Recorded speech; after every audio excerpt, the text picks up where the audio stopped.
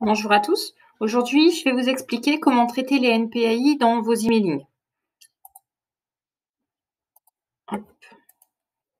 Alors, quand vous allez aller sur votre bureau SIM, la première étape, c'est de vérifier que votre panier d'offres, il est bien à 0. Donc, si jamais vous avez des offres indiquées ici, vous faites vider le panier. Ça ne supprime pas les offres, ça supprime juste les offres de votre panier de sélection. Donc, là, mon panier est bien à 0. Je vais aller sur le dernier emailing que j'ai envoyé. Donc, je vais prendre un exemple avec un emailing qui est parti il y a peu de temps. Donc, j'étais dans création, je vais dans tracking. Je vais prendre un emailing parti il y a peu de temps. Donc là, sur cet emailing-là qui est parti, il y a eu 19 NPI.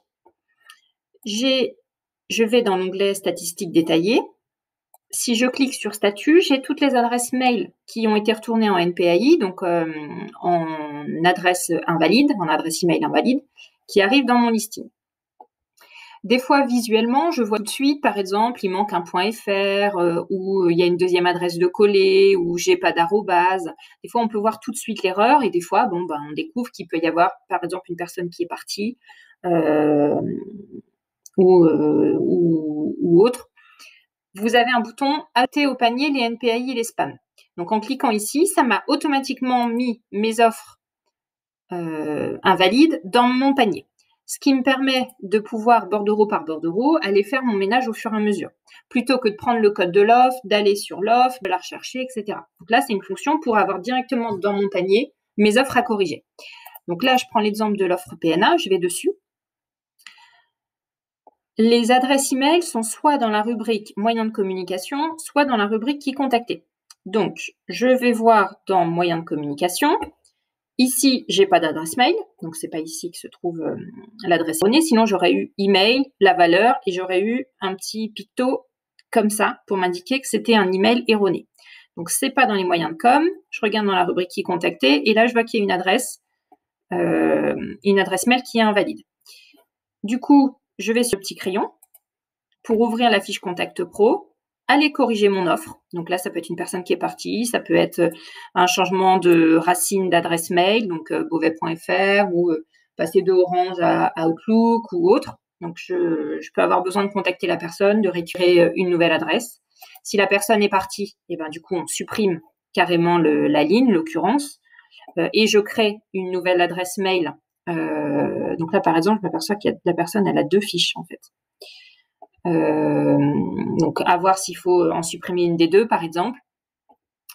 Et par contre, je modifie pas. Là, je pourrais pas remplacer cette personne par son remplaçant. Dans ces cas-là, j'ajoute une nouvelle ligne aux coordonnées de la nouvelle personne, parce que cette personne-là peut être abonnée, par exemple, à des newsletters que la nouvelle personne ne voudrait pas recevoir.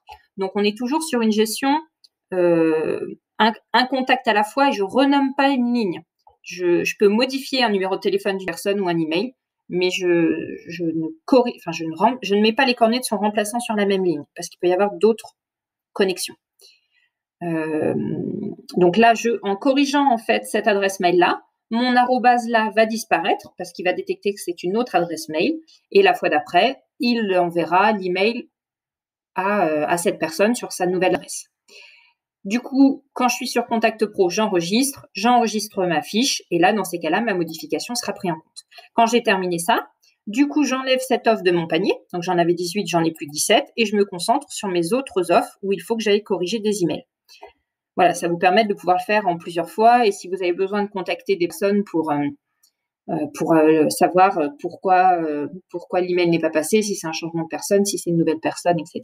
Ça vous permet de le faire au fur et à mesure et de garder en mémoire un peu les contacts qu'il faut que vous nettoyez au fur et à mesure. Une adresse mail est invalide, ça peut arriver en 2 lots. Dès qu'on envoie l'emailing, au bout d'1 heure ou 2, vous pouvez avoir des premiers NPI qui arrivent parce qu'en fait, les adresses mail, elles n'existent pas. Donc, ça peut être une personne qui n'a jamais confirmé la création de son adresse mail. Et vous avez des fois une deuxième vague le lendemain, souvent à partir du lendemain. Ça, c'est quand le Tourasoft a un retour des fournisseurs d'accès. Donc, sur, par exemple, des messageries pleines, qu'est-ce qu'on peut avoir Je m'étais noté quelques Hop. Quelques raisons. Donc, la création...